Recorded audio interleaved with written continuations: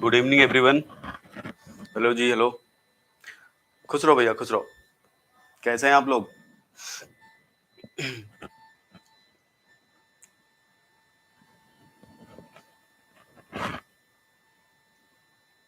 Audio video clear है? एक बार बता दीजिए आप लोग। मेरी आवाज आ रही है? गुड इवनिंग भैया, गुड इवनिंग, गुड इवनिंग।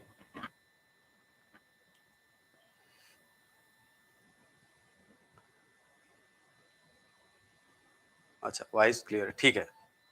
तो हम लोग ट्रांस इफेक्ट पढ़ रहे थे, राइट? हम लोग पढ़ रहे थे substitution reaction in square planar complexes, जिसमें हमने दो तीन चीजें पढ़ी हैं। एक हमने पढ़ा है कि फैक्टर्स अफेक्टिंग में हमने पढ़ा है क्या कि हिस्टेरिक हिंडेंस का क्या फर्क पड़ता है। गुड इवनिंग बेटा। हिस्टेरिक हिंडेंस का क्या फर्क पड़ता है रेट ऑफ सब्स्टिट्यूशन पे।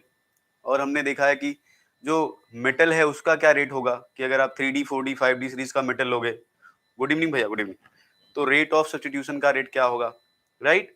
और उसके बाद हम लोग पढ़े थे ट्रांस इफेक्ट, जिसमें हमने ट्रांस इन्फ्लुएंस पढ़ा था, हमने काइनेटिक ट्रांसफर पढ़ा था, और उन्हीं दोनों से कंबाइन रह जाती है ओवरऑल ट्रांसफर की, राइट? और हम लोग अभी एप्लीकेशन पार्ट पढ़ रहे थे ट्रांसफर का, साथ में जो प्रीवियस ईयर के क्वेश्चन थे वो भी सॉल्व कर रहे थे, ठीक है?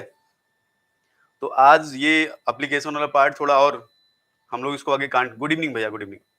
इसी एप्लीकेशन वाले पार्ट को थोड़ा सा और कंटिन्यू कर लेते हैं, जिससे आप एटलीस्ट ट्रांस इफेक्ट से, इस पे मैं ज्यादा जोर इसलिए दे रहा हूं क्योंकि मेजर जो क्वेश्चन आता है,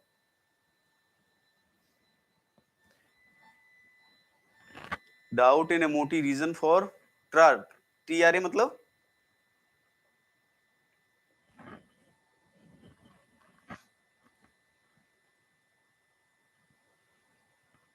अच्छा, doubt in MOT reason for trans effect, ये बोल रहे हो?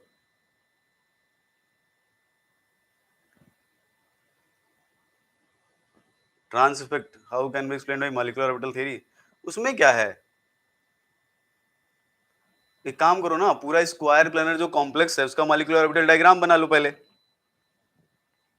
ठीक है?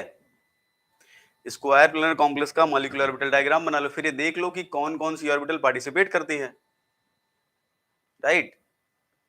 और ऑर्बिटल को पार्टिसिपेट करने के बाद देखो कि जो तुम्हारा लिगैंड है उसकी कौन सी इंडिविजुअल ऑर्बिटल है जो इंटरेक्ट करेगी मेटल की ऑर्बिटल से, ठीक है?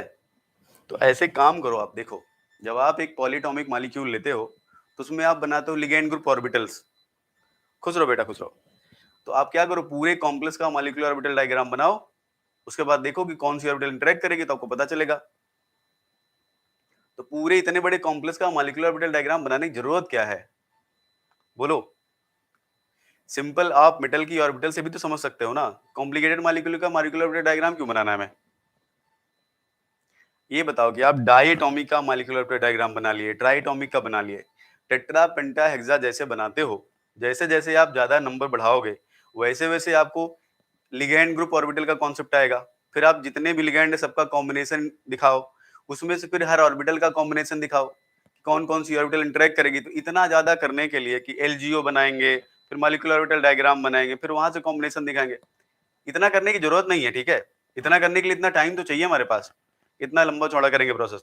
तो अगर हमें सिंपल नॉर्मल इंटरेक्शन से समझ में आ जा रहा है, क्योंकि वही ऑर्बिटल तो मॉलिक्यूलर ऑर्बिटल भी बनाएंगे। अच्छा, एक चीज तो पता है ना कि जो ऑर्बिटल एटॉमिक है, मॉलिक्यूलर ऑर्बिटल भी तो वही मिलकर बनाती है ना आपस में। तो ओरिएंटेशन तो नियर अबाउट सिमिलर ही रहेगा, बहुत बदलता तो है नहीं, ऐसा नहीं कि बहुत चेंज हो जाएगा। तो अगर ओरिएंटेशन में बहुत ज्यादा चेंज नहीं आता है तो आप नॉर्मल बीबीटी से समझ सकते हो उसको, है ना? इसलिए हाँ, जैसे अगर मान लो किसी पर्टिकुलर सिस्टम में तुम्हें सिंपल चीजों में, जैसे सिंपल चीजों में तुम्हें अगर अप्लाई करना है, जैसे मान लो तुम्हें एडिशन अगर दिखाना है न्यूक्लियोफाइल का, वहां पर आसानी से, क्योंकि एक ही ऑर्बिटल इन्वॉल्व होती है, तो वहां पर आप इजीली समझ सकते हो। इतना वहां पे हमें एमओटी के बारे में ध्यान नहीं रखना होता। नहीं, आज क्लास नहीं हुई थी बाय इनऑर्गेनिक की, और कल से मैं बाय इनऑर्गेनिक क्लास लूंगा। तो कल से मैंने जो भी बाय इनऑर्गेनिक अभी तक पढ़ाई है उससे रिलेटेड मैं नए क्वेश्चन कराऊंगा। नए क्वेश्चन का मतलब जो क्वेश्चन एग्जाम में नहीं आए हैं, ठीक है? एक दो टॉपिक उसमें बचता है, निकल कंटेनिंग एंजाइम और दूसरा रोल ऑफ कैल्शियम मैग्नीशियम, उसको भी बीच में पढ़ा दूंगा किसी दिन। लेकिन कल से मैं नए क्वेश्चन 10-12 क्वेश्चन डेली। और अगर आप बाय इनऑर्गेनिक जो मैंने पढ़ा है अगर आप वो पढ़े हो गए तो आप क्लास में बैठना, नहीं तो आप फ्रस्ट्रेट हो जाओगे, ठीक है? आपको लगेगा कि आपको आता नहीं है। इसीलिए अगर आप ठीक से बायो इनऑर्गेनिक पढ़े होगे या जो मैंने लेक्चर पढ़ाए वो अगर आप पढ़ोगे तो आप थोड़ी डेप्थ वाले क्वेश्चन आप कर लोगे। जैसे अभी 2019 में क्वेश्चन आया था मैकेनिज्म से रिलेटेड, तो अगर आप सुपरफिशियली बायो इनऑर्गेनिक पढ़ते तो वो 4 मार्क्स का क्वेश्चन आपसे नहीं होता, राइट। जल्दी होगा भैया, जल्दी होगा, जल्दी होगा। जून के लास्ट वीक से मोस्टली मैं शुरू करूंगा। पहले आप अभी अच्छे से बायो इनऑर्गेनिक में कंप्लीट करता हूं, उसके बाद रिएक्शन मैकेनिज्म वाला पोर्शन करता हूं। आप ठीक से सब लोग समझो पहले अच्छे से, उसके बाद जब मैं पढ़ाऊंगा तो आपको बताऊंगा, ठीक है, राइट। चलो एक क्वेश्चन मैं आपको कराता हूं और मैं आपको पढ़ा चुका हूं ऑलरेडी, ठीक है। ये मुझे पता नहीं था, मैं आपको पढ़ाया था। आपको पढ़ाया था ना मैं ट्रांस स्क्वायर प्लेनर में, आपको याद होगा। मैंने बताया था आपको, याद है आपको? मैंने कहा था कि अगर आप 3D सीरीज का मेटल लेते हो, अगर आप 4D सीरीज का मेटल लेते हो, अगर 3D सीरीज का मेटल लेते हो, 4D सीरीज का मेटल लेते हो, 5D सीरीज का, तो कैसे आप ये बताओगे कि सब्स्टिट्यूशन रिएक्शन कहां पे फास्ट होगी कहां पे स्लो होगी? याद है? याद है? ये मैंने पढ़ाया था ना, factors affecting rate of substitution reaction. उसमें हमने बताया था आपको इफेक्ट ऑफ हिस्टेरिक हिंडेंस, दूसरा हमने बताया था नेचर ऑफ मेटल, तीसरा हम लोग पढ़ रहे हैं ट्रांस इफेक्ट। तो जो नेचर ऑफ मेटल है उसमें मैंने आपको पढ़ाया था ना कि कैसे नेचर ऑफ मेटल पे rate of substitution reaction depend करती है, राइट, ठीक है। तो उस पे बेस्ड एक क्वेश्चन था 2020 में, देखो कर लो आप, ठीक है। ये मुझे अभी जल्दी में मिला है, ये क्वेश्चन है CSIR 2020। देखो इससे क्या पता चलता है, इससे ये पता चलता है कि अब ट्रांस इफेक्ट से जो हमें कॉमन हमारा ट्रेंड चल रहा था ना अभी तक, हम लोग जो पिछले जब से नेट का एग्जाम हो रहा है कि अगर स्क्वायर प्लेनर में सब्स्टिट्यूशन रिएक्शन पढ़नी है तो हमें सिर्फ ट्रांस इफेक्ट ही पढ़ना है बस, बाकी कुछ नहीं पढ़ना। वो ट्रेंड अब खत्म होने वाला है। 2019, 20, 21 और ये वही जितने भी 4 पेपर हुए हैं, इनमें से किसी भी एग्जाम में ट्रांस इफेक्ट से क्वेश्चन नहीं आया। इसका मतलब समझते हो आप कि आपसे substitution reaction in coordination complex तो पूछ रहा है वो, लेकिन उसने उस ट्रेंड को ब्रेक किया है जो आप हम लोग क्या करते थे। अगर सब्स्टिट्यूशन रिएक्शन स्क्वायर प्लेनर पढ़ना है तो हम कुछ नहीं करते थे, सिंपल ट्रांसफर पकड़े, ये लीविंग ग्रुप, ये अच्छा ट्रांस डायरेक्टिंग पावर, खराब ट्रांस डायरेक्टिंग पावर, यही पढ़ के हम लोग खत्म कर देते थे। तो आप उस चीज से बाहर निकल गए, क्योंकि अब वो ट्रेंड नहीं रहा पहले वाला कि सिर्फ ट्रांस इफेक्ट से क्वेश्चन आएगा। ये क्वेश्चन देखो, ये ट्रांस इफेक्ट के अलावा जो बाकी अदर फैक्टर्स है उनसे क्वेश्चन आया है नेट में। इसका मतलब है बाकी पैरामीटर्स भी पढ़ने की जरूरत है, इसलिए मैंने आपको अभी 2 पैरामीटर पढ़ाए। तीसरा हम ट्रांसफर पढ़ रहे हैं, चौथा हम पढ़ेंगे इफेक्ट ऑफ न्यूक्लियोफाइल, पांचवा पढ़ेंगे इफेक्ट ऑफ लीविंग ग्रुप, छठा पढ़ेंगे हम लोग सॉल्वेंट इफेक्ट। जिससे एटलीस्ट सब्स्टिट्यूशन रिएक्शन से क्वेश्चन है तो हो तो जाए ना आपसे। सिर्फ ट्रांस इफेक्ट के भरोसे मत बैठना, किसी इसी क्वेश्चन आएगा। समझ रहे हो ना मेरी बात? आप पेपर का ट्रेंड उठा के देखा करो एक बार कि क्या वही ट्रेंड चला रहा जो पहले चला रहा था? नहीं। समझ रहे हो? ये क्वेश्चन देखो, ये ट्रांस इफेक्ट से रिलेटेड नहीं है, लेकिन हाँ स्क्वायर प्लेनर में सब्स्टिट्यूशन रिएक्शन से रिलेटेड है। द ऑर्डर ऑफ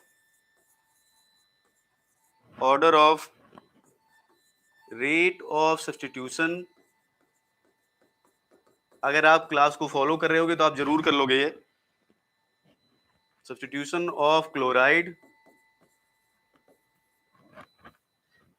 ये वही क्वेश्चन है जो मैंने कॉपी में करवाया आपको, क्लोराइड बाई पिरिडीन, सौभाग्यवश वही है, ठीक है।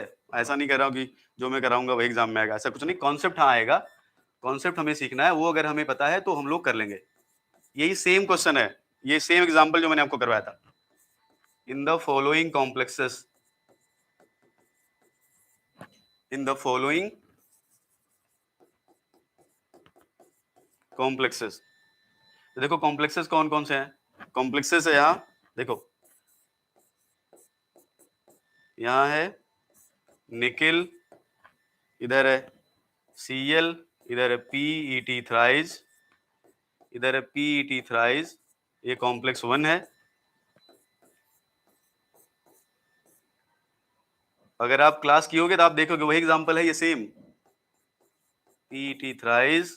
यहाँ पर है, यहाँ है palladium, right, palladium, PET thrice, PET thrice, यहाँ Cl है, और इधर है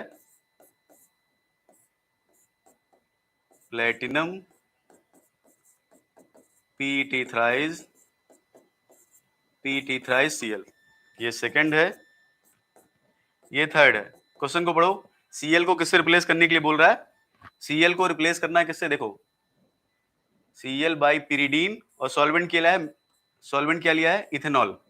तो ऑप्शन देखो क्या है इसमें, आपको बताना है रेट 1 2 3, बी है 1 2 3, सी है 1 3 2, टी है 2 3, ऐसे कर देते हैं 2 3 1। ये क्वेश्चन था।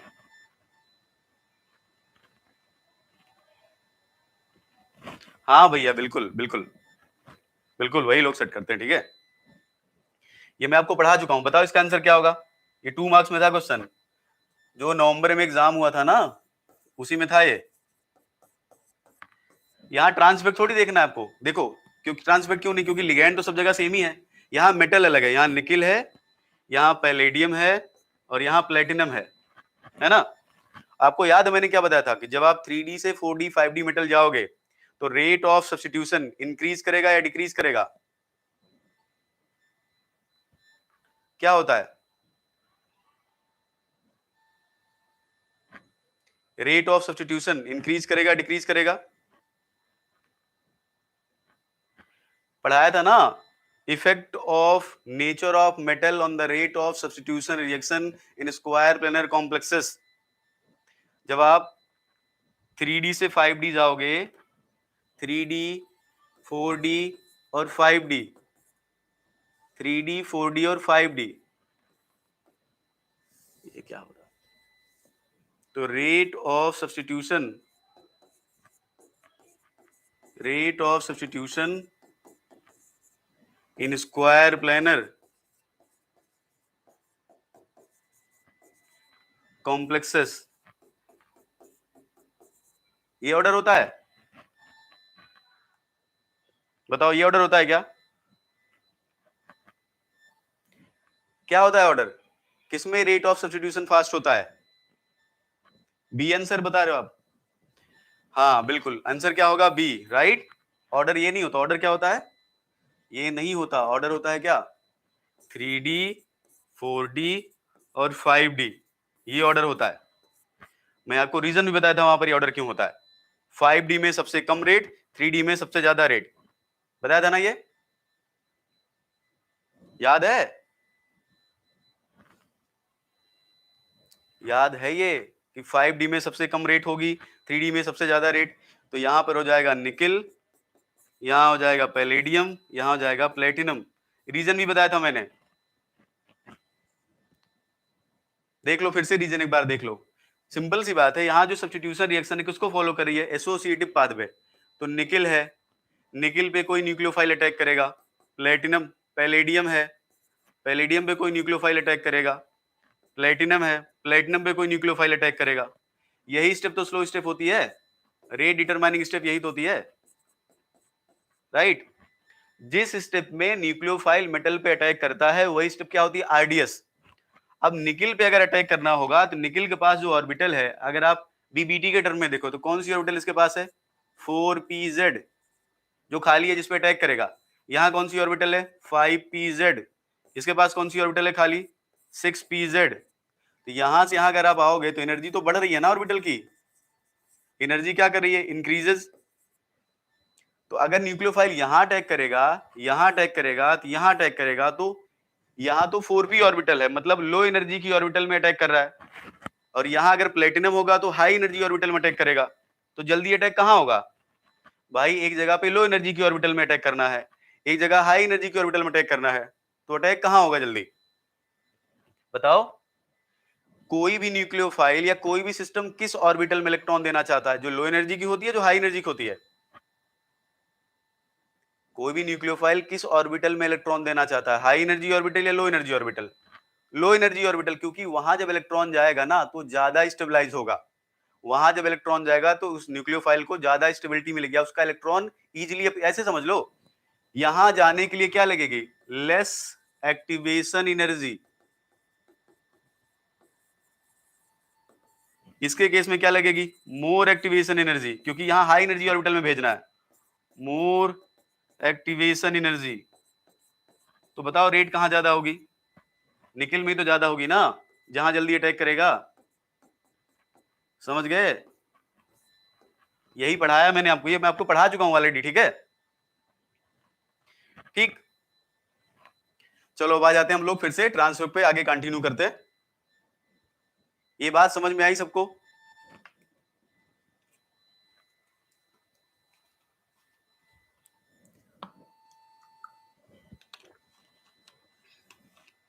ठीक, अब चलो ट्रांसइफेक्ट से रिलेटेड कुछ क्वेश्चन करते हैं और कुछ एप्लीकेशन और पढ़ा देते हैं, जिससे ट्रांसइफेक्ट वाला कॉन्सेप्ट क्लियर हो जाए।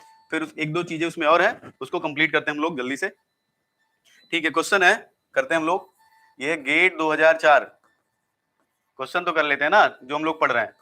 गेट 2004 में क्वेश्चन है, the most suitable route, the most suitable, the most suitable route, most suitable route to prepare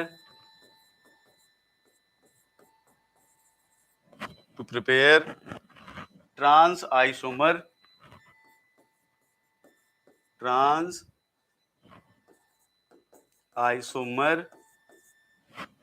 of PT Cl2 NH3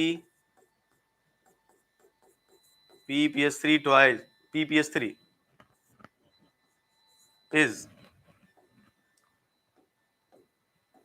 चलो ऑप्शन बताओ यहां पे क्या होगा। यहां पे है PTCl4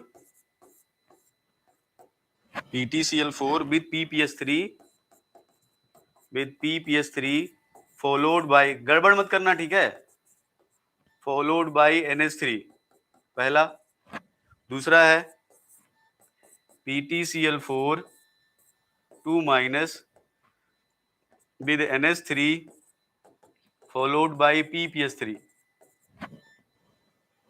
अगला है PTNH3 4 2 plus with HCl followed by PPS3। और डी है PTNH3 4 2 plus PTNH3 4 2 plus with HCl followed by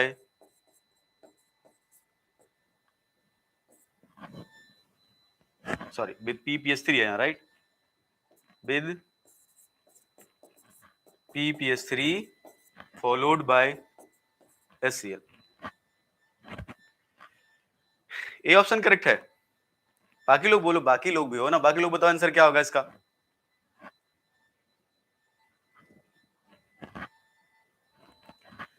कौन सा सबसे सुटेबल रूट है अगर बनाना है इसको? तो पहली चीज तो देखो, 2 CL रखना है हमें ना, 2 CL रखना है, इसका मतलब CL 2 बार जोड़ना पड़ेगा, तो ये तो गलत है दोनों, क्योंकि यहाँ एक बार CL उसके जस्ट बाद PPS3 है, तो इसका मतलब यहाँ तो एक ही CL आएगा। इसमें भी करोगे तो PPS3 के बाद एक CL करोगे तो एक ही CL आएगा, तो ये अच्छा रूट तो है नहीं, राइट।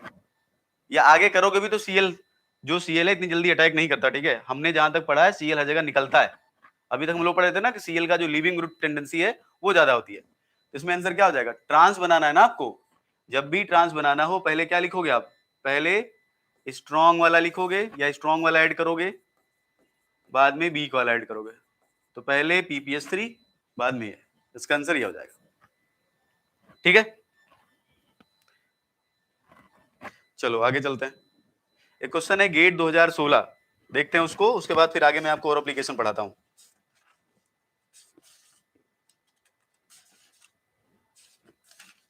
देखो ये क्वेश्चन है गेट 2016 का, गेट 2016, यहां दिया है PT, यहां दिया है CL, यहां दिया है L, यहां दिया है PET थ्राइस, यहां दिया है PET थ्राइस, यहां पिरिडीन से रिप्लेसमेंट है, यहां बनेगा PT, PY, PET thrice, PET thrice, यहाँ L और यहाँ Cl माइनस, यहाँ प्लस। अब जहाँ पे L हमारा क्या है, CH3 माइनस है, Cl माइनस है, पीएच माइनस है, H माइनस है। तो आपको बताना है कि rate of substitution of Cl minus for above vary with L in order। ठीक है, चलो स्टेटमेंट लिख देते जल्दी से। एक ऑर्डर हमारा ये है, PH minus, H minus, CH3 minus, Cl minus. B, H minus, CH3 minus, PH minus, Cl minus. C, CH3 minus, H minus, PH minus, Cl minus. D, Cl minus, H minus, CH3 minus, PH minus. बताओ कौन सा order correct है?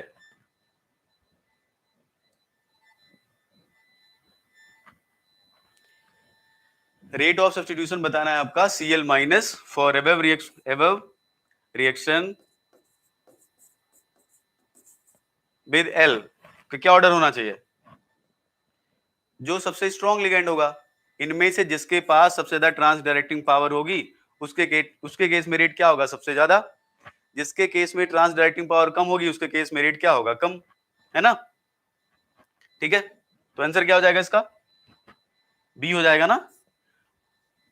H minus यही होता है ना ट्रांसफिक्ट का order, H minus, CH3 minus, PH minus, Cl minus, ये आंसर हो जाएगा। ठीक है, चलो कल हमने एग्जांपल देखा था कि हम लोगों ने 3 को रिप्लेस किया था। ठीक है, अभी कुछ एग्जांपल और देखते हैं। ठीक, चलो हम लोग करते हैं एक और एग्जांपल जिससे आपको थोड़ा और कॉन्सेप्ट क्लियर हो जाए इस पे। Synthesis of PT PY NH3 NO2 Cl from PtCl4 to minus. ये बताओ आप इसे बना लोगे? PtCl4 2 माइनस से आप इसे बना सकते हो?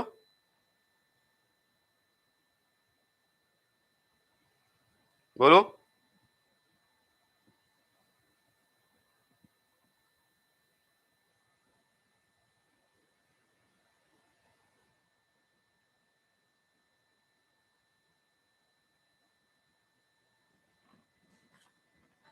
चलो करो, यहां पे काम कर दो, यहां पर कर दो RNH2 कर दो। ठीक है, RNH2 थोड़ा और अलग दिखेगा आपको ये। तो देखो कितने आइसोमर बनेंगे पहले इसके बनेंगे पीटी। देखो एक एक आइसोमर पहले ड्रॉ कर लो ना। NO2 कर दो, NO2 के ट्रांस में क्या कर दो, Cl, फिर यहाँ क्या कर दो, Py, फिर इधर RNH2, ये कर देते हैं। इधर Pt NO2, इधर कर देते हैं Py, इधर Cl, इधर RNH2, फिर एक और Pt के ट्रांस में क्या करेंगे, NO2 के ट्रांस में कर देते हैं RNH2, इधर Py, इधर Cl। ये पहला आइसोमर है, ये दूसरा आइसोमर है, ये तीसरा आइसोमर है। यहां लिख देता हूं मैं synthesis of isomers of, right, isomers of this. चलो ये वाला बनाओ, सेकंड वाला बनाओ पहले, कैसे बनेगा देखते हैं करके। ठीक है, सेकंड वाले में क्या है, NO2 के ट्रांस में Py है। चलो देखते हैं। देखो PtCl4 लेते हैं, Cl 2 माइनस, राइट। सबसे पहले क्या ऐड करते हैं, Py, क्या ऐड करेंगे बताओ। NO2 के ट्रांस में Py रखना है, तो देखो यहां पे कैसे ऐसे करते हैं, प्लस NO2 माइनस करते हैं, यहां से Cl हटाते हैं, क्या बनेगा, Pt NO2 Cl Cl Cl, यहाँ 2 - यहाँ पे सिंपल, कोई यहाँ पे चॉइस तो है नहीं, यहाँ पे किसी को हटा सकते हो। यहाँ पे देखो Cl हटेगा कोई ना कोई, या तो ये Cl हटेगा या तो इसको हटा दो। अब देखो इनमें ये A है, ये B है। अब यहाँ पहले Cl हटाने से पहले क्या देखोगे आप? Trans directing power. तो ट्रांस डायरेक्टिंग पावर, दो लोग हैं यहाँ पे, अगर आप ट्रांस डायरेक्टिंग पावर लिखोगे तो NO2 की ट्रांस डायरेक्टिंग पावर Cl से क्या होती है? ज्यादा। Trans directing power. तो बताइए किसको हटाएंगे हम लोग? अगर यहाँ पर हम NH3 ऐड करेंगे, सॉरी PY ऐड करना ना हमें, अगर यहाँ पर PY ऐड करेंगे तो किसको हटाएंगे हम लोग? यहाँ पर plus PY minus Cl minus, किसको हटाएंगे? A वाले को। तो क्या बनेगा? PT Cl NO2 NH3 यहाँ Cl, ये बनेगा, राइट। और यहाँ क्या हो जाएगा हमारे पास? माइनस। अभी अगली बार क्या करेंगे? अब देखो ध्यान से, यहां पर ऐड करेंगे क्या हम लोग? RNH2। देखो बताओ किसको हटाऊं? NH3 को हटाऊं या Cl को हटाऊं? किसको हटाऊं बताओ? ध्यान से बताना, कल मैं आपको समझा चुका हूं पहले बात। किसको हटाएंगे हम लोग? NH2 को या Cl को?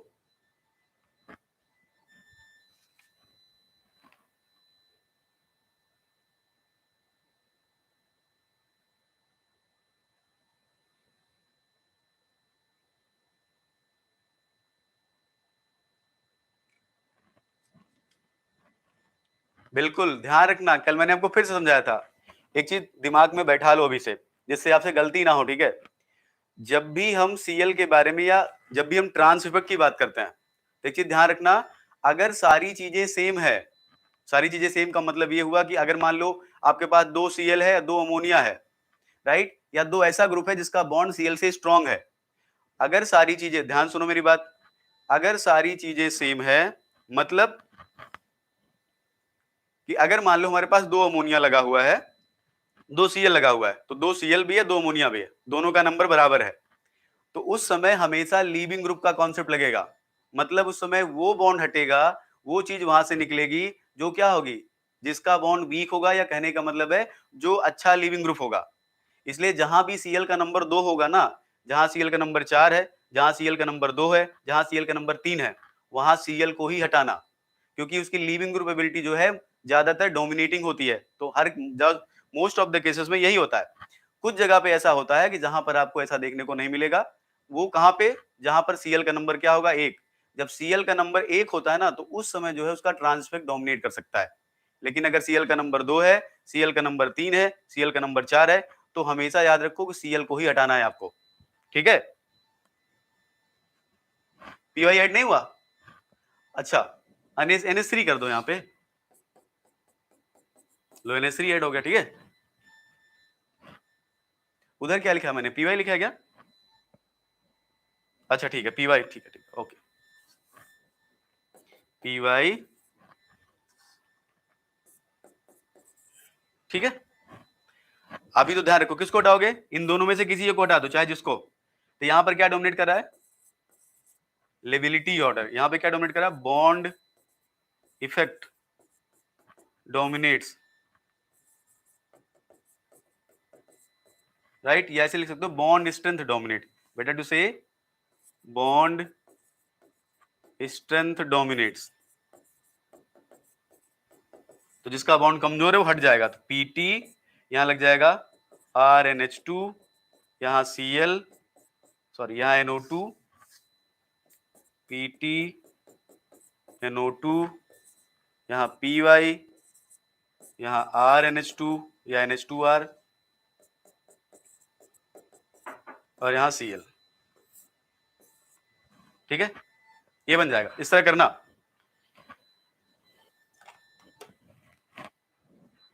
तो जहां पर चीजें जो है सेम है, जहां पर चीजें, तो हमेशा एक चीज ध्यान रखो, एक कॉन्सेप्ट बोला जाता है कि जब भी आप ट्रांस इफेक्ट देखना, स्पेशली जब आप हाइलाइट्स के बारे में देखना, तो हाइलाइट्स में आप हमेशा ज्यादातर केसेस में उसकी लीविंग एबिलिटी पे ध्यान रखना, ठीक है?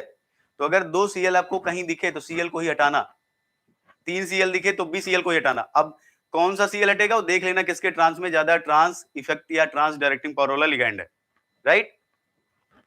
ये बात समझ में आ रही है? पहले बताओ। इससे ज्यादा समझने से पहले जो मैं बोल रहा हूं वो समझना जरूरी है।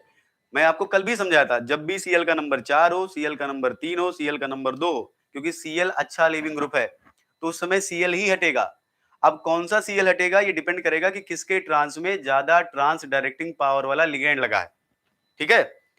मतलब ट्रांस इफेक्ट क्या बोलता है? ट्रांस इफेक्ट ये बोलता है कि सीएल हटेगा, लेकिन वो सीएल हटेगा जिसके ट्रांस में ज्यादा अच्छा ट्रांस डायरेक्टिंग पावर वाला लिगैंड लगा है। समझ गए ना पूरी बात? सीएल ही हटेगा, लेकिन कौन सा सीएल? वो सीएल हटेगा जिसके ट्रांस में ज्यादा अच्छा ट्रांस डायरेक्टिंग पावर वाला सिस्टम है। समझ गए? तो जब भी नंबर 1, जब भी नंबर 3 होगा, 4 होगा, 2 होगा, तो सीएल को ही हटाना है। कौन हटेगा देख लेना ट्रांस में कौन सा है, तो आपसे गलती नहीं होगी फिर, ठीक। चलो अब तीसरा वाला देखो, ये वाला कैसे बनाओगे इसको। चलो इसको बनाते हैं। क्या करेंगे इसमें? पहले बताओ क्या स्टेप होगी। हमें बनाना क्या है? हमें बनाना है ये PtNO2 RNH2, यहाँ PY, यहाँ Cl। इसको हमें, ये हमारा है थर्ड आइसोमर, इसको बनाना है। क्या करेंगे बताओ।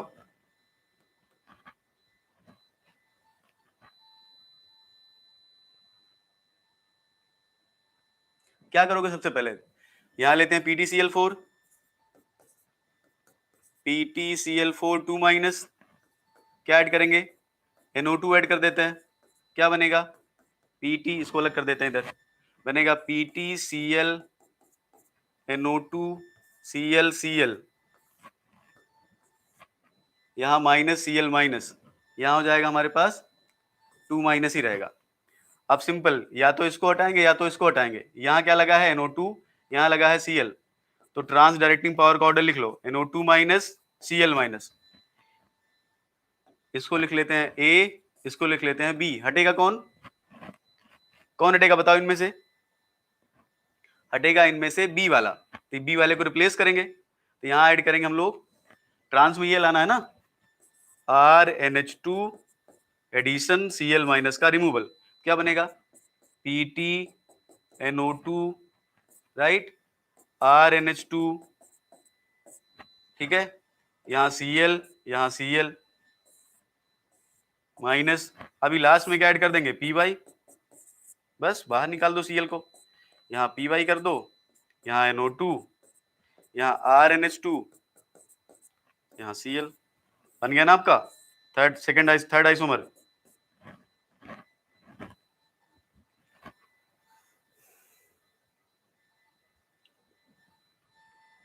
पता प्रॉब्लम कहाँ होगी आपको? प्रॉब्लम होती है इसको बनाने में, इसको जहां पर ट्रांस में इसके Cl लगा है, बस इस वाले को। बाकी सब आसान होता है। और चलो ड्रॉ करो, बताओ ये और ये तो बन जाएगा ना आपसे। ध्यान से सुनो, स्टेप वाइज करोगे तो गलती नहीं होगी। अगर आप स्टेप वाइज नहीं जल्दबाजी में करोगे तो गड़बड़ जरूर होगा आपसे। तो हमने दूसरा आइसोमर बना लिया, हमने तीसरा बना लिया। अब आप पहला आइसोमर बनाओ। पहला आइसोमर कौन सा है? जहां पर NO2 के ट्रांस में Cl है। हमें बनाना कौन सा है? PtNO2 Cl Py RNH2। चलो बनाओ।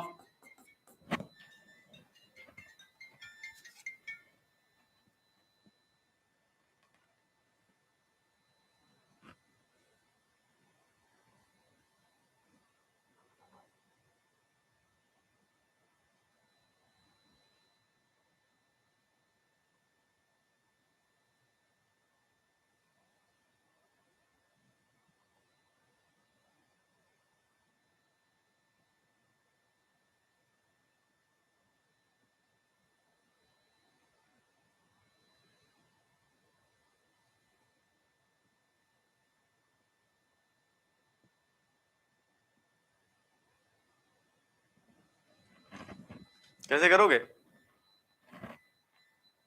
अच्छा देखो जरा सेकंड आइसोमर देखो इसको, ये बताओ इसको देख के कुछ कर सकते हैं हम लोग? ये थर्ड आइसोमर जो है देखो, अगर मान लो हम लोग शुरू करें यहीं से, मतलब PtCl4 से हम लोग सीधे कहां जाएं? PtCl4 2 माइनस से हम लोग आ जाएं सब कुछ ऐड करने के बाद इस पे देखो PtClCl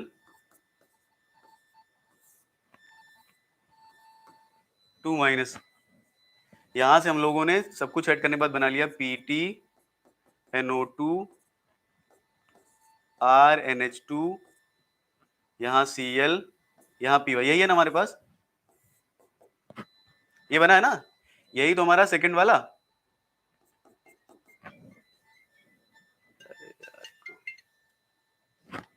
बोलो ये है ना सेकंड वाला।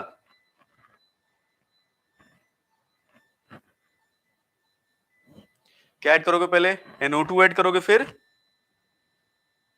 RNH2 ऐड करोगे, फिर Py, वो तो कर चुके हो पहले आप। देखो यहाँ पे, अच्छा बताओ यहाँ पे अगर मैं, ध्यान सुनो मेरी बात, हमें यहाँ पे क्या लाना है बताओ, हमें यहाँ पे Cl माइनस लाना है ना, ये तो करना है मैं भाई। NO2 के ट्रांस में क्या लाना है, Cl। एक काम करते हैं, देखो इधर, अगर मान लो मैं यहाँ पर Py को ऐड कर दूं, तो बताओ Py कहाँ ऐड होगा, थर्ड का। अच्छा कोई बात नहीं, चलो फर्स्ट का देखो, ये बताओ जो हमने ये बनाया है, ये थर्ड है सेकंड है, क्या ये थर्ड है ये, हाँ ठीक है थर्ड है ये, हमने थर्ड वाला बनाया है ये, पूरी स्टेप लिखने का कोई मतलब नहीं, ठीक है, थर्ड वाला बनाया है ये। मुझे बताओ कि अगर मैं यहाँ पे Py ऐड कर दूं तो कौन हटेगा,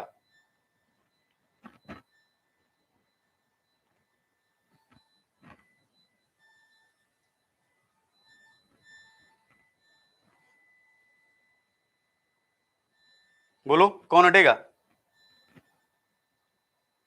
RNH2।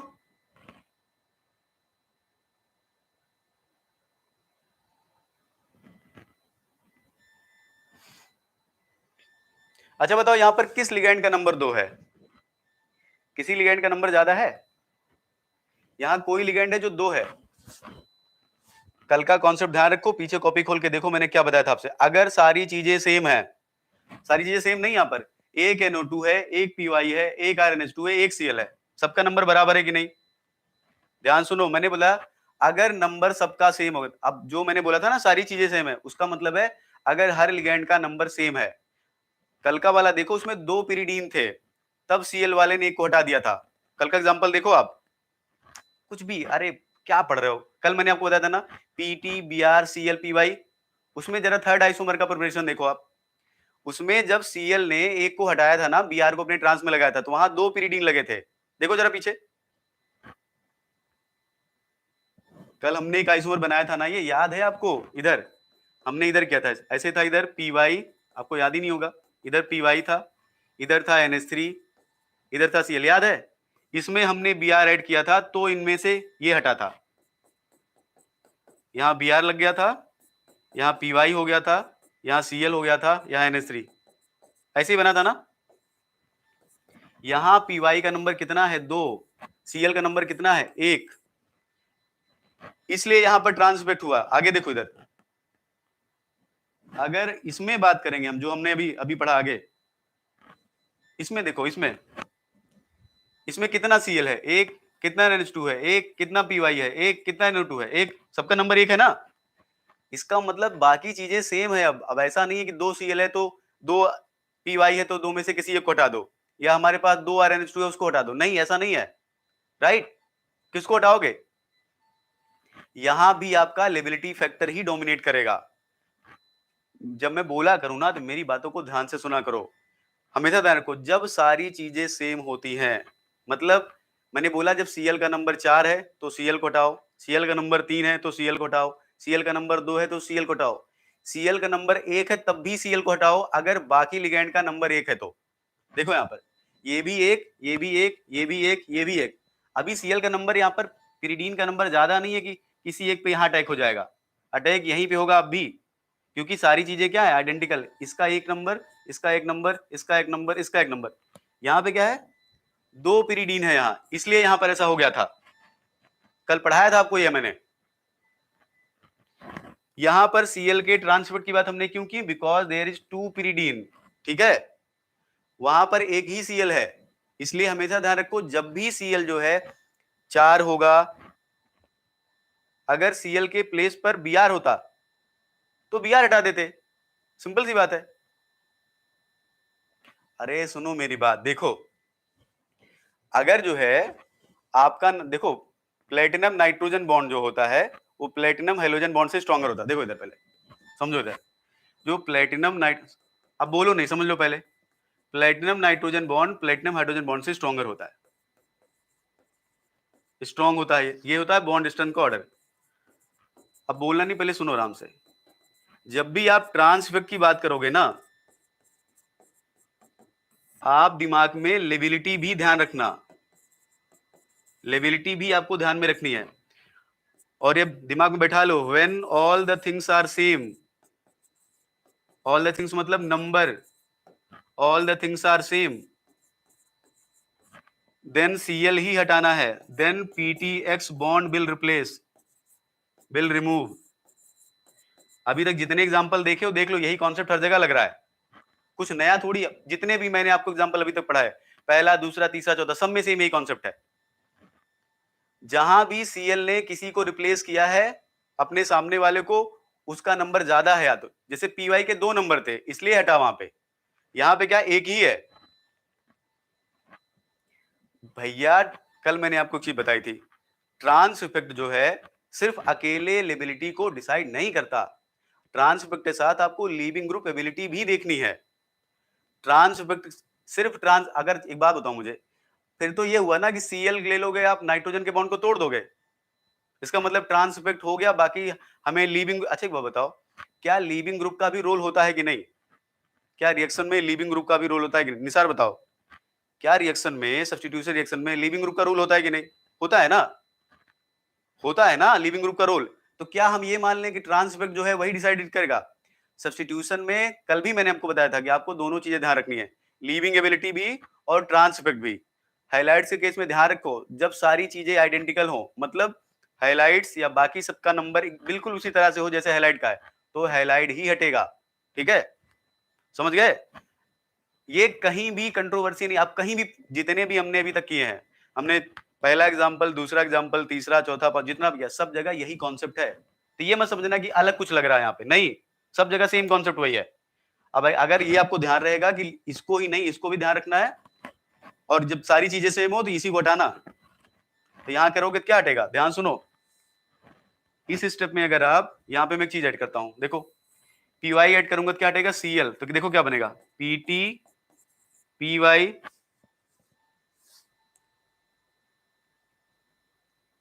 यहां पे क्या हमें लेना है, ये बन गया ना, इसी में हम लोग ऐड करते हैं Py। चलो Pt,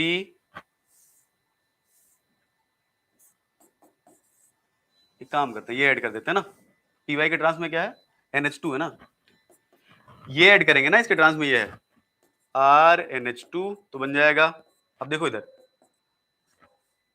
NH2RNO2, यहां हो जाएगा हमारे पास RNH2,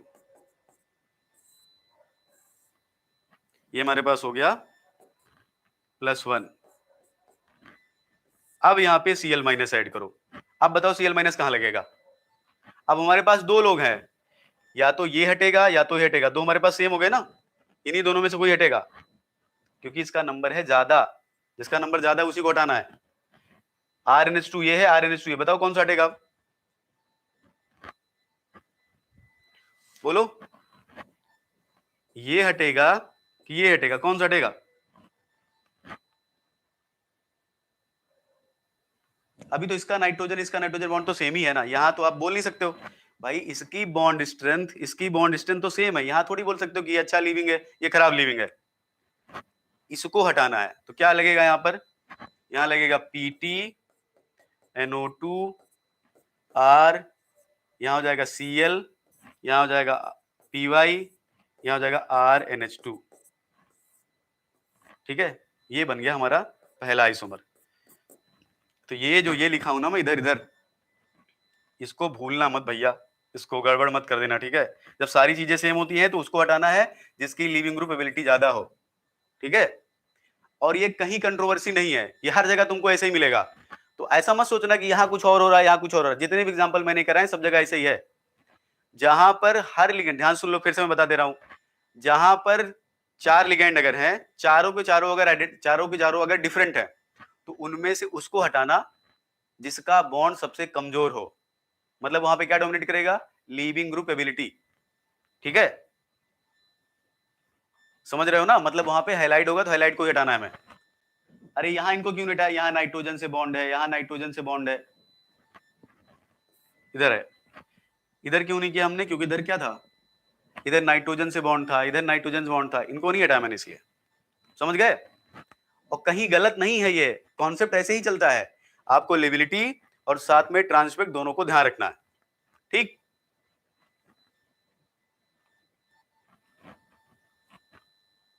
मैं फिर से एक बार समझाता हूं।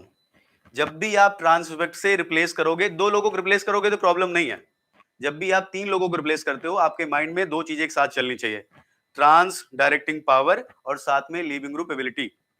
अगर जितना ज्यादा, अगर मान लो किसी भी सिस्टम में 2 लिगेंड है, राइट, मतलब 2 सेम तरह के लिगेंड है, तो फिर हैलाइड की ट्रांस डायरेक्टिंग पावर का यूज करना। लेकिन अगर चारों डिफरेंट है, एक मान लेते हैं अमोनिया है, दूसरा NO2 है, तीसरा कुछ और है, उसका Cl, तो Cl ही हटेगा वहां से, राइट। फिर लीविंग ग्रुप एबिलिटी जो है वो डिसाइडिंग फैक्टर होती है, क्योंकि आप सिर्फ ट्रांसपेक्ट के बेसिस पे थोड़ी बता पाओगे सब्स्टिट्यूशन ये होगा कि होगा। और यहां आप क्या लिखोगे? यहां कौन सा फैक्टर है? यही वाला तो है, यहां है ट्रांस इफेक्ट। तो तीसरे, अगर पहले को बनाना है तो दूसरे वाले से आप या तीसरे वाले से आप बना सकते हो। यहां से आपको एक स्टेप आगे करना। ठीक, पता है अभी हम लोग देखो, हम लोगों ने क्या सीखा, मतलब आप लोग क्या समझे हो? आप लोग जब ट्रांसफर पढ़ते हो तो आपको क्या लगता है? यही भगवान है। ट्रांसफर मतलब आंख बंद करके जो है झोंक के हटा देना उसे, नहीं, ऐसे नहीं होता है। सिर्फ ट्रांसफेक्ट ही क्या डिसाइडिंग फैक्टर हो गया क्या? इसलिए दिमाग में एक चीज बैठाओ, ट्रांसफेक्ट ये बोलता है कि अगर 2 लिविंग ग्रुप हैं, कॉन्सेप्ट एक्चुअल में ये है ट्रांसफेक्ट का, अगर हमारे पास 2 ग्रुप हैं तो उनमें से हमें उस ग्रुप को हटाना है जिसके ट्रांस वाला ज्यादा अच्छा ट्रांस डायरेक्टिंग पावर कैरी करता है। ये है ट्रांस इफेक्ट। वो ये नहीं बताता कि जिसको पाओ उसको हटा दो, ये ट्रांसफेक्ट नहीं बोलता है। ट्रांसफेक्ट क्या बोलता है? If B have 2 leaving group, then that leaving group will replace जिसके ट्रांस पे ज्यादा अच्छा ट्रांस डायरेक्टिंग पावर वाला है। ये बोलता है ट्रांसपेक्ट, ये है उसका मेन जो स्टेटमेंट है। ये नहीं कि आंख बंद किए जो आया हम हटा ही देंगे, बस हमें ये दिखना चाहिए कि इसकी ट्रांस डायरेक्टिंग पावर ज्यादा है। ऐसा नहीं होता। इसलिए जब भी आप सब्स्टिट्यूशन कराते हो ना, तो ट्रांस इफेक्ट भी आपके माइंड में चलना चाहिए, लीविंग ग्रुप एबिलिटी भी आपके दिमाग में चलना चाहिए, तभी आप ट्रांस इफेक्ट को भी समझ भी पाओगे। ये बात क्लियर हो गई सबके दिमाग में? इसलिए ट्रांसपेक्ट का मिथ हटा दो एक, कि आपको आंख बंद करके सिर्फ ट्रांसपेक्ट देखना है, नहीं, इस तरह रिएक्शन नहीं कैरीड आउट होती है। समझ में आ रही बात? इसलिए मैंने आपको हर स्टेप क्यों बताता हूं मैं, जिससे आपको क्लियर रहे कि देखो अच्छा यहाँ ट्रांसपेक्ट लग रहा है, यहाँ हमने लिविंग ग्रुप एबिलिटी देखी, यहाँ बॉन्ड स्ट्रेंथ की बात की, जिससे आपको ये ना लगे कि यहाँ कुछ और हो रहा है वहां कुछ और हो रहा है। मुझे जरा तसल्ली दिलाओ आप कि जो मैं बोल रहा हूं आप उसे समझ पाए कि नहीं, सब लोग। अगर नहीं समझ पाए तो मैं थोड़ा और टाइम दूंगा इस पे, फिर और समझाता हूं आपको, जिससे एटलीस्ट ट्रांसपेक्ट के बारे में आपका जो विचार है वो बदले। तो बाकी लोग बोलो, समझ में आए जो मैं समझाना चाह रहा हूं? चाहो तो कहीं लिख लो, ट्रांस इफेक्ट ये सजेस्ट करता है कि 2 लिविंग ग्रुप में से वो लिविंग ग्रुप हटेगा जिसके ट्रांस में ज्यादा ट्रांस डायरेक्टिंग पावर वाला ग्रुप होगा। वो ये नहीं बोलता कि आंख बंद करके जो आए उसको हटा दो, बस आप ट्रांसपेक्ट देख लो, ये ट्रांसपेक्ट नहीं बोलता। समझ गए? और गलती मत करना आप दोबारा इस तरह से, जब भी आप करोगे लिविंग ग्रुप भी ध्यान रखना। जब भी आप 2 को हटाओगे तो वहां तो सिंपल हो जाता है, क्योंकि हमने देखा हर जगह नॉर्मल है। जब 3 हटाओगे तो इस फैक्टर को ध्यान में रखना। जब सारी चीजें सेम होगी तो हाईलाइट को हटाना। अगर नंबर ज्यादा होगा तो उस समय हाईलाइट का ट्रांसपेक्ट डोमिनेट कर सकता है। ठीक है, जैसे हमने कल वाले एग्जांपल में देखा था। ये मैं आपको क्यों लिखा था ये वाला एग्जांपल, यही तो कल हमने पढ़ा था लास्ट स्टेप में जब हमने ये बनाया था। तो क्योंकि यहाँ 2 लोग थे इसलिए Cl ने हटा दिया, अगर यहाँ एक होता ना तो यही हटता। बिल्कुल बिल्कुल बिल्कुल बिल्कुल भैया, बिल्कुल बिल्कुल बिल्कुल सही बात। और ठीक है, और हाइलाइट्स होगा तो हाइलाइट ज्यादातर आपको हाइलाइट्स ही देखने को मिलेगा, तो हाइलाइट्स ही हटेगा।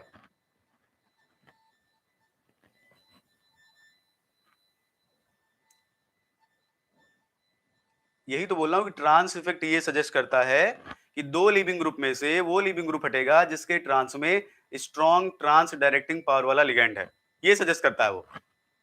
ये नहीं बोलता कि किसी को हटा दो। जैसे जब आप ट्रांस में पढ़ते हो ना, तो आप समस्या पता है कि हम लोग के साथ है, जब हम स्क्वायर प्लानर में पढ़ते हैं तो हम सारा पेज पलट के सीधे पकड़ लेते हैं ट्रांसफेक्ट। हमको ये नहीं पता होता कि लीविंग ग्रुप का भी रोल है, हमको ये नहीं पता होता कि न्यूक्लियोफाइल का भी रोल है, हमको ये नहीं पता होता कि स्टेरिक इंडेंस भी है। हम सिर्फ वही ट्रांसफेक्ट पकड़े और आंख बंद करके भगवान का नाम लेके अच्छा ये है तो इसको हटा ही देंगे हम। फिर जब नहीं होता तो आपको ओहो ट्रांसफेक्ट तो फेल हो गया। आप जब गलत पढ़ ही रहे हो तो फेल तो हो ही जाएगा वो। ट्रांसफेक्ट में तीसरी बार बोल रहा हूं, ध्यान रखो, ट्रांसफेक्ट ये बोलता है कि दो लिविंग ग्रुप में से वो हटेगा जिसके ट्रांस वाला अच्छा ट्रांस डायरेक्टिंग है। वो ये नहीं बोलता कि जिसको मन करे उसको हटा दो। क्लियर? चलो एक देख लेते हैं हम लोग, इसी ट्रांसफेक्ट का एप्लीकेशन है, ठीक है। लिख लेते हैं हम लोग, application of trans effect.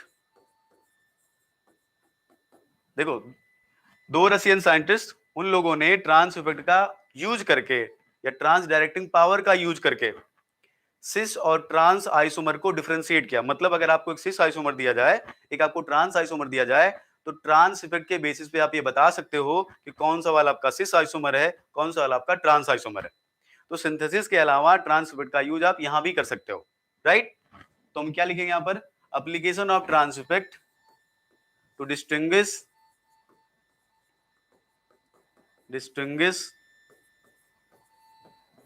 cis and trans isomer, cis and trans isomer of PT NH3 twice Cl2। ठीक है, ये एग्जाम में पूछा भी गया है एक दो बार, राइट। तो देखो टेस्ट का नाम क्या है, बोलते हैं टेस्ट का नाम, दो लोगों ने किया था, एक ने किया था, एक का नाम है कुर्नाको टेस्ट। दो रशियन साइंटिस्ट एनएस कुर्नाको 1894। देखो भाई साहब ने क्या किया, इन्होंने देखो, इन्होंने लिया PT NH3 Cl Cl Cl और यहां ऐड किया थायो यूरिया। अब इतना आपको समझ में आ गया, बताओ क्या हटेगा यहां से, अमोनिया को हटाएंगे Cl को। खैर यहां ट्रांसफर की बात ही नहीं है भाई। देखो NH3 और Cl में से Cl का ट्रांसफर ज्यादा है, या ऐसे बोल सकते हो कि Cl की लीविंग एबिलिटी ज्यादा है।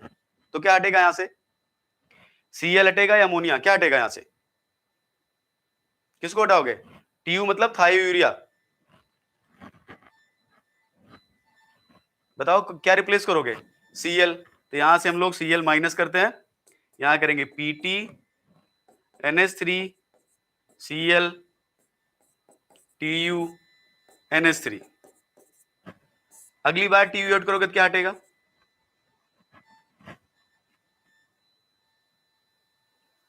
अरे NH3 को क्यों हटाओगे भैया, ओहो सॉरी सॉरी सॉरी सॉरी, ठीक है ऐसे करो। अगली स्टेप में क्या हटेगा, फिर थायो यूरिया ऐड करो।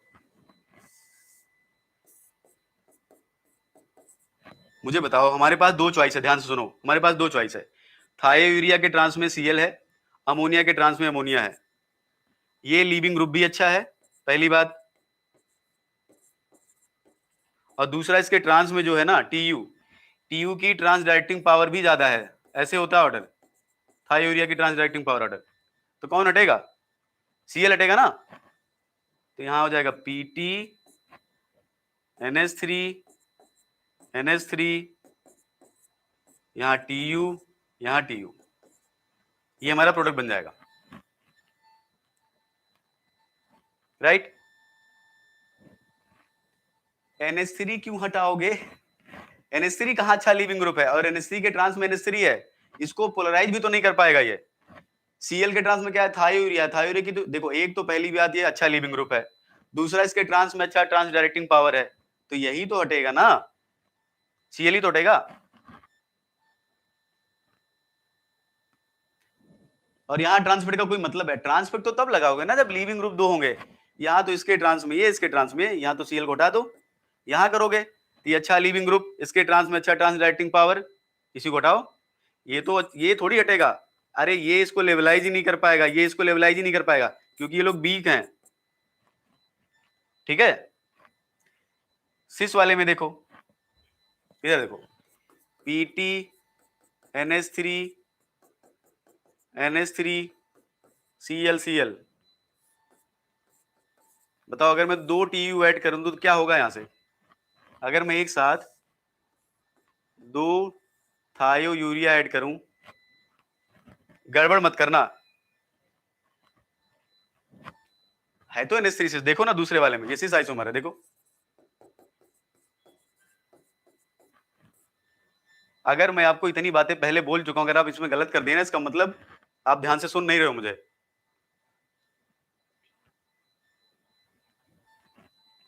क्या बोला था मैंने? जब Cl का नंबर 4 हो, Cl का नंबर 3 हो, Cl का नंबर,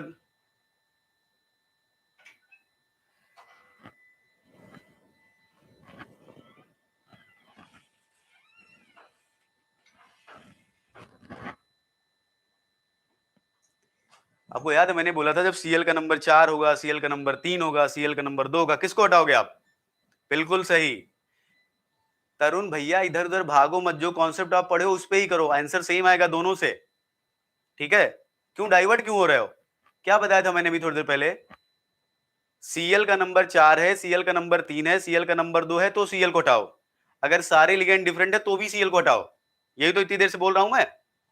तो दोनों करोगे ना, दोनों Cl हट जाएंगे। क्या बनेगा यहां पर?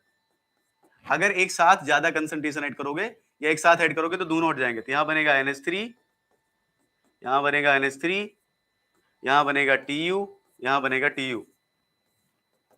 फिर यहां पर अभी देखो, ये अच्छा ट्रांस डायरेक्टिंग पावर वाला है, TU की ट्रांस डायरेक्टिंग पावर अमोनिया से क्या है? ज्यादा। तो फिर से अगर आप TU ऐड करोगे तो दोनों अमोनिया हट जाएंगे। यहाँ TU, यहाँ TU, यहाँ TU, यहाँ TU, यहाँ 2+। अब इसमें बताओ, मैंने जितनी बातें बोली, मैं किसी बात से डाइवर्ट हुआ हूं अभी तक? नहीं, मैं जो बोला था पहले वही अब भी बोल रहा हूं मैं। यहां तो आप ट्रांसपेक्ट लगा ही सकते हो कि ये थायो यूरिया है, ये NH3 है, इसकी ट्रांस डायरेक्टिंग पावर ज्यादा है, इसको हटा दो।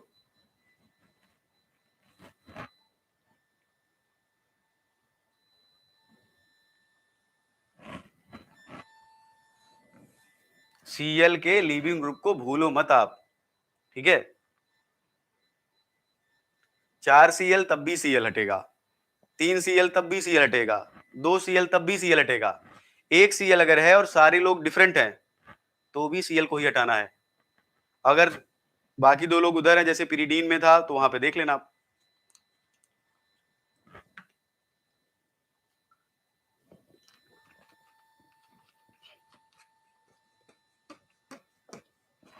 मैंने बोला तो ट्रांसपेक्ट ये बोलता है कि लीविंग ग्रुप को हटाओ, ये नहीं बोलता कि किसी को हटा दो।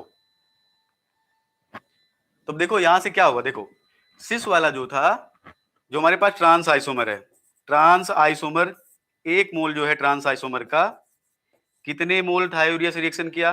1 और 2। जो हमारे पास सिस आइसोमर है वो 2 मोल इधर यूज किया है इसने, और 2 मोल इधर यूज किया है। ठीक है, तो यहां पे हम क्या लिख सकते हैं कि सिस आइसोमर कितना यूज करता है? सिस आइसोमर ने यूज किया 4 mole of thiourea,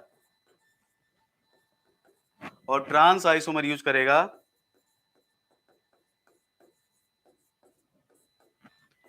2 mole of thiourea.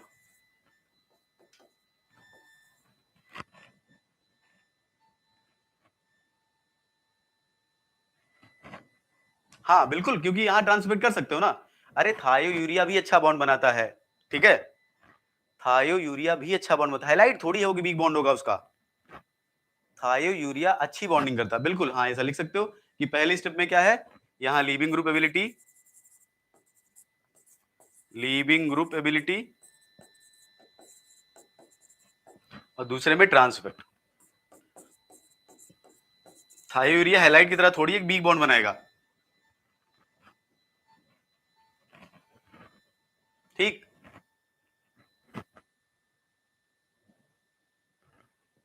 और अगर आपको रेफरेंस चाहिए इसका किसी को भी, ये कहाँ लिखा है, ये जो स्टेप मैं आपको समझा रहा हूं, एक बुक है G Wilkinson, right, comprehensive coordination chemistry की, कॉम्प्रिहेंसिव कोऑर्डिनेशन केमिस्ट्री। वैसे आपको इतना भरोसा मुझ पे होना चाहिए, ठीक है, इतना अगर पढ़ लियो तो। इसमें एक लोग और हैं, गिलियड, राइट, 7 वॉल्यूम आता है इसका, 7 वॉल्यूम, ठीक। और जो एक वॉल्यूम है ना वो कम से कम 1000 पेज का है, तो मतलब कितने पेज की बुक है ये, अप्रोक्सीमेटली 7000 पेज की, ठीक। इनमें से मैंने सिर्फ एक ही वॉल्यूम पढ़ा है बस, इसका पहला वाला जो हमारे काम का है, बाकी बहुत कुछ लिखा है उसमें।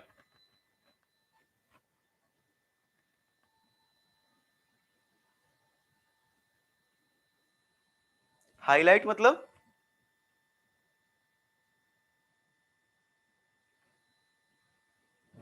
हाईलाइट मतलब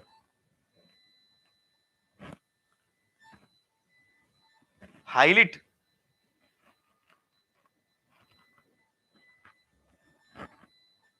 क्या बोल रहे हो सर, हाईलाइट का मतलब क्या?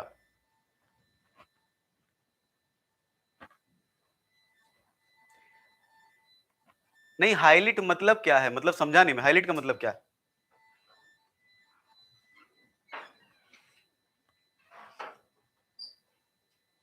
मैं ये बोला कि जो कुछ भी मैं आपको ये पढ़ा रहा हूं ना, ये सब सारी चीजें, ये यहाँ से तो एक बुक है कॉम्प्रिहेंसिव कोऑर्डिनेशन केमिस्ट्री जी, वो विल्किंसन नहीं, कॉटन विल्किंसन वाले वो हैं, लेकिन कॉटन नहीं है, दूसरा गिलियड है, एक दो साइंटिस्ट और हैं जिनका नाम मुझे याद नहीं अभी। 7 वॉल्यूम है ये बुक का, हर एक बुक में लगभग 1000 पेज है अप्रोक्सीमेटली, मेरे पास एक है। अरे हाईलाइट बोलो ना भाई, हाईलाइट एपोर्ट कोई किताब है क्या?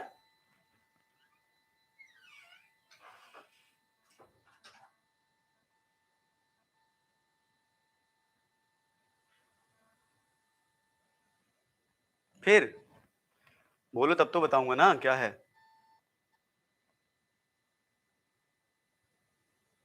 अच्छा तुम्हें कुछ लगा? नहीं, मैं ये सिंपल बोल रहा था कि अगर ये चीजें आपको देखना हो तो ये जो बता रहा हूं ये सब इस किताब में दिया हुआ है, ठीक है, ये है रेफरेंस में बता रहा था। मैं जानता हूं एक दो किताबों में थोड़ा उल्टा लिखा है, तो आप अगर वो पढ़े होगे तो आपको लगेगा अरे कैसे चल रहा है ये, तो मैं फिर से कह रहा हूं कंफ्यूज मत हो वहां से, ठीक।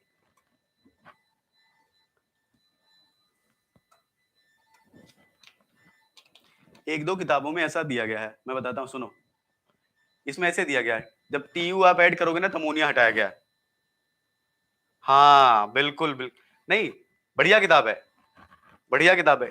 एक किताब में ऐसा दिया है जब आप यहाँ पे कट करोगे ना तो अमोनिया को हटाया गया है, यहाँ पर, यहाँ पर आएगा Cl Cl TU TU, फिर TU से करके यहाँ से Cl को हटाया गया है, एक बुक में दिया गया है ऐसा, ठीक है। तो आप वो देख के मत समझना कि अरे वो ऐसा ही होगा, मैं आपको एक अच्छी बुक का रेफरेंस दिया हूँ, ठीक है। और ये सिर्फ एक किताब में नहीं, 2-3 किताबों में इस तरह है। चलो तो ये जो है इसी को बोलते हैं हम लोग कुर्नाकोट टेस्ट। तो कुर्नाकोट टेस्ट से हम लोग डिफरेंशिएट कर सकते हैं। बिल्कुल तरुण, मैं समझ गया, तभी मैंने बोला कि कुछ मैंने क्यों रेफरेंस दिया इसका, मैं जान गया वो किताब जो तुम बता रहे हो ना उस किताब को मैंने भी पढ़ा है, वो मैं जानता हूं, मैं नाम नहीं लूंगा, ठीक है। तो ऐसा नहीं मैं कह रहा हूं कि गलत है, लेकिन मैं तुम्हें जो बता रहा हूं मैं इस बुक का रेफरेंस दे रहा हूं तुम्हें, ये दोनों सेम मतलब एक ही, ये दोनों लोग एक ही किताब लिखे, ठीक है, इसमें दिया है ये, ठीक। इसलिए तुम्हारी बात बिल्कुल सही है, जिस किताब और जिस जहां से तुम बोल रहे जिस किताब से वो किताब मैं जानता भी हूं, ठीक है तरुण, समझ गए। इसलिए भैया वो चीज फॉलो करना जिससे आपसे कहीं गड़बड़ ना हो, वही कॉन्सेप्ट फॉलो करो हर जगह। जैसे आप कोई भी चीज अगर आपको बनाने के लिए जैसे गड़बड़ तो ना हो, गलती तो ना हो ना आपसे, एक जगह कुछ और कॉन्सेप्ट लगाओगे, अगली जगह कुछ और कॉन्सेप्ट लगाओगे, आप खुद ही कंफ्यूज रहोगे कि क्या बन रहा है क्या नहीं बन रहा है। इसलिए मैंने आपको वही सारी चीजें बताई जो आपको हर जगह यूज करना है, ठीक है। तो आपसे कोई भी ऐसा क्वेश्चन पूछेगा ना तो आपसे गलती नहीं होगी, समझ में आई बात? हाँ बिल्कुल, ठीक है। चलो अब ये किताब अभी पढ़ने की जरूरत नहीं है, ठीक है, क्योंकि इसमें भी कोऑर्डिनेशन सही सही तो ज्यादा नहीं दिया, कुछ ही दिया, बाकी बहुत कुछ चीजें दी है इसमें। खैर चलो आगे चलते हैं। तो हम लोगों ने ट्रांसपेक्ट का एप्लीकेशन पढ़ लिया और होपफुली हमने लगभग नेट के क्वेश्चन कर लिए हैं, गेट के कर लिए हैं। जैम का भी मैंने 1-2 क्वेश्चन कराया और किसी दिन मैं इससे रिलेटेड जो क्वेश्चन होगा जैम नेट का वो मैं कुछ जो बचे होंगे किसी दिन मैं करा दूंगा।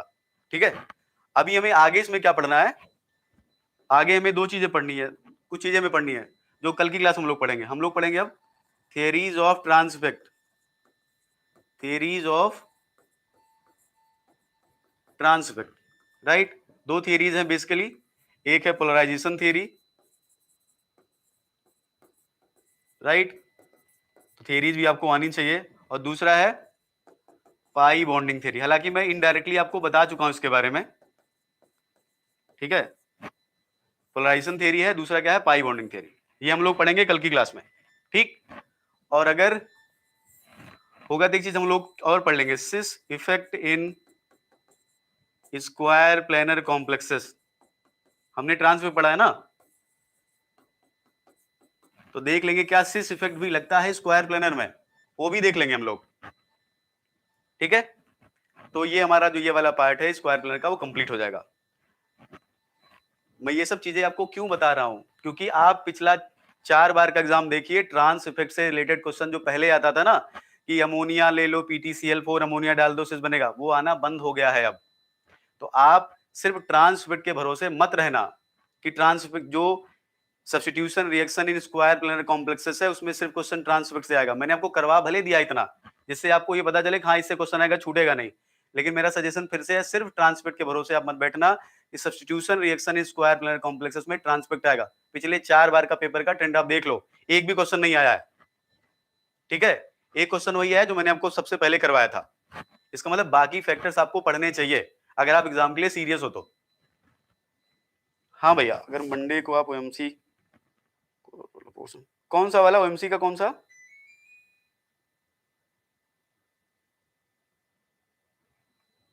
करवा देंगे भैया आउटर स्फीयर, रुक जाओ यार। मुझे देखो, आप मुझे ना ऐसे पढ़ाने दो। देखो मेरा पर्पज, मैं आपसे फिर से बोल रहा हूँ, मैं चाहता हूँ कि जितनी चीजें मैं पढ़ा रहा हूँ उतने में आप क्लियर रहो अच्छे से। उस टॉपिक से क्वेश्चन है तो छूटे ना। अभी आपने बाइनॉर्गेनिक में वही क्वेश्चन किया है जो प्रीवियस ईयर में आया है, नए क्वेश्चन के लिए आप प्रिपेयर ही नहीं हो। तो मान लो नया क्वेश्चन आ गया तो आप करोगे कैसे? सेम इसमें आप वही क्वेश्चन कर रहे हो जो प्रीवियस ईयर में आया है, नया क्वेश्चन आएगा तो कैसे अप्रोच करोगे आप? सिर्फ टॉपिक पढ़ने से नहीं होती ये चीजें, टॉपिक डेप्थ में पढ़ो, उसके साथ उस पे बेस्ड क्वेश्चन करो, तब तो टॉपिक पे कमांड होगी ना। रेफरेंस बुक का क्वेश्चन मुझे नहीं लगता है यार इतना कुछ चाहिए, बट बाकी ऑर्गेनिक वाले सर आपको ज्यादा बेहतर बता सकते हैं, ठीक है। तो मैं उसके बारे में क्योंकि इतना मैं पढ़ा नहीं हूं तो मुझे आइडिया भी नहीं है इसका, राइट। हाँ वेद प्रकाश समझ गया मैं, इसी का पार्ट है भैया, बिल्कुल इसी का पार्ट है। मैं कहाँ कह रहा हूँ उसका पार्ट नहीं है, मैं कह रहा हूँ कि जितना अभी मैंने पढ़ा है पहले उसका उसको तो आप क्लियर कर लो। एसिड हाइड्रोलिसिस में ट्रांस इफेक्ट कैसे होता है, सिस कैसे होता है, सब जो स्क्वायर प्लेनर है इसकी थोड़ी सी और क्वेश्चन में प्रैक्टिस कर लेंगे। हाँ बाइनऑर्गेनिक के बाद बिल्कुल बिल्कुल बिल्कुल बिल्कुल। जो ओएमसी में ना जो सबसे बढ़िया टॉपिक 2-3 है ओएमसी में, जो है पहला है तो एक है रिएक्शन मैकेनिज्म वाला, सेकंड है कैटालिसिस, वही 2-3 टॉपिक, 2-3 पोर्शन अब इंपॉर्टेंट है, ठीक है। अब तो अभी पहले जैसे होता था ना कि 18 इलेक्ट्रॉन से क्वेश्चन आता था ज्यादा, अभी धीरे धीरे धीरे वो ट्रेंड कम हो गया है ना। तो अभी क्वेश्चन पूछता है वो आइसोलोबल एनालॉजी से या क्लस्टर पे गया है वो, तो आइसोलोबल एनालॉजी आपको अच्छे से आनी चाहिए। जैसे पहले हम लोग क्या करते थे कि इलेक्ट्रॉन काउंट कर लेते थे, 6 इलेक्ट्रॉन इसके पास, 6 इलेक्ट्रॉन इसके पास, आइसोलोबल। एक्चुअली आइसोलोबल वो है ही नहीं, आइसोलोबल उस तरह बताया ही नहीं जाता। तो आपको आइसोलोबल का थोड़ा डेप्थ नॉलेज होना चाहिए, नहीं तो 2 स्टेटमेंट सेम दे देगा तो आइसोलोबल में ही हम लोग घूमते रहेंगे, ठीक है, राइट। तो उसके लिए आपको मॉलिक्यूलर ऑर्बिटल कॉन्सेप्ट आना चाहिए। खैर उसके लिए टाइम बहुत लगेगा, क्योंकि आप देखो मुझे, मैं कोई भी चीज पढ़ा रहा हूँ मुझे बहुत टाइम लग रहा है। खैर लेकिन मेरा सजेशन अभी ये है कि पहले बाइनऑर्गेनिक में जितना मैंने पढ़ा है उससे रिलेटेड आप नए क्वेश्चन सॉल्व करना सीखो, जिससे एग्जाम में क्वेश्चन याद आपसे हो, पहली बात। सेकंड थिंग, ये जो मैंने अभी ट्रांसपेक्ट तक पढ़ाया तो पहले इस पे सब्स्टिट्यूशन पे क्वेश्चन कर लो पूरे, उसके बाद ये भी हो जाएगा तो मैं फिर आउटर स्फीयर इनर स्फीयर भी पढ़ा दूंगा। मैं बोल रहा हूं ना पढ़ा दूंगा तो मतलब पढ़ा दूंगा, ठीक है। चलो फिर आप लोग अच्छे से ध्यान रखो। हाँ मेटल का है, इंपॉर्टेंट है, लेकिन उतना टफ ऑफ नहीं है, वो इजी है अगर आप करोगे तो। ज्यादातर जो दिमाग घुमाएगा वो आपका ज्यादातर चेंज कर रहा है आजकल। आप क्वेश्चन देखो ना, जो 1-2 क्वेश्चन नहीं होते एग्जाम में, जो एग्जाम में आपसे 1-2 क्वेश्चन नहीं होते, किससे नहीं होते? या तो कैटालिसिस से नहीं होगा, या तो क्लस्टर से नहीं होगा, या तो मैकेनिज्म से नहीं होगा। तो आपको ज्यादा फोकस उस पे करना है। 18 इलेक्ट्रॉन में ठीक है, बाकी ये स्ट्रेचिंग फ्रीक्वेंसी का भी आपको पता है, इजी क्वेश्चन है ये, इतना कुछ टफ नहीं है। हाँ, जब वो ज्योमेट्री चेंज करेगा कि टीबीपी में कितना फ्रीक्वेंसी आएगा, स्क्वायर पिरामिडल में कितना आएगा, वो थोड़ा ठीक क्वेश्चन होता है। ठीक है, चलो फिर अच्छे से ध्यान रखो अपना सारे लोग। हम लोग फिर से कल सुबह मिलते हैं, कल करेंगे बाय इनऑर्गेनिक के क्वेश्चन नए, ठीक है? राइट? तो थोड़ा एक काम करना, थोड़ा पेशेंस लेके बैठना है, क्योंकि मैं क्वेश्चन लिख के कराऊंगा, ठीक है? राइट? तरुण, ये मुझे आइडिया तो नहीं है, बट लोग ऐसा बोल रहे हैं कि शायद सितंबर में आएगा, ठीक है? सोशल मीडिया पे थोड़ा एक्टिव रहा करो, देखो बहुत सारे ग्रुप हैं, वो लोग बताते रहते हैं सब बातें। दूसरा, शायद अभी सीएसआर के किसी बंदे ने सीएसआर के किसी पर्सन ने ट्वीट किया था, तो आप थोड़ा देखते रहना वो, ठीक है? तो होपफुली जो है सितंबर में आ जाएगा, तो मुझे लगता है अक्टूबर या नवंबर तक पेपर हो जाना चाहिए। हालांकि उन्होंने बोला तो है कि वो दो पेपर करवाएंगे, अब देखो कैसे करवाते हैं, भगवान जाने, ठीक है? बट प्रिपेयर रहो आप, तो सितंबर के पहले तुम हो सकता है उससे पहले भी आ जाए, हो सकता है जुलाई में, मतलब उससे पहले आ जाए, लेकिन आप प्रिपेयर हो, एग्जाम सितंबर अक्टूबर तक हो जाना चाहिए मुझे लगता है।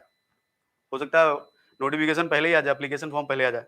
खुश रहो भैया, खुश रहो। चलो ठीक है फिर, हाँ, अभी मेरी क्लास दूसरी है, ठीक है? तो आप लोग अपना अच्छे से ध्यान रखो, पढ़ो खूब, राइट? कल मिलते हैं हम लोग। Take care and good night.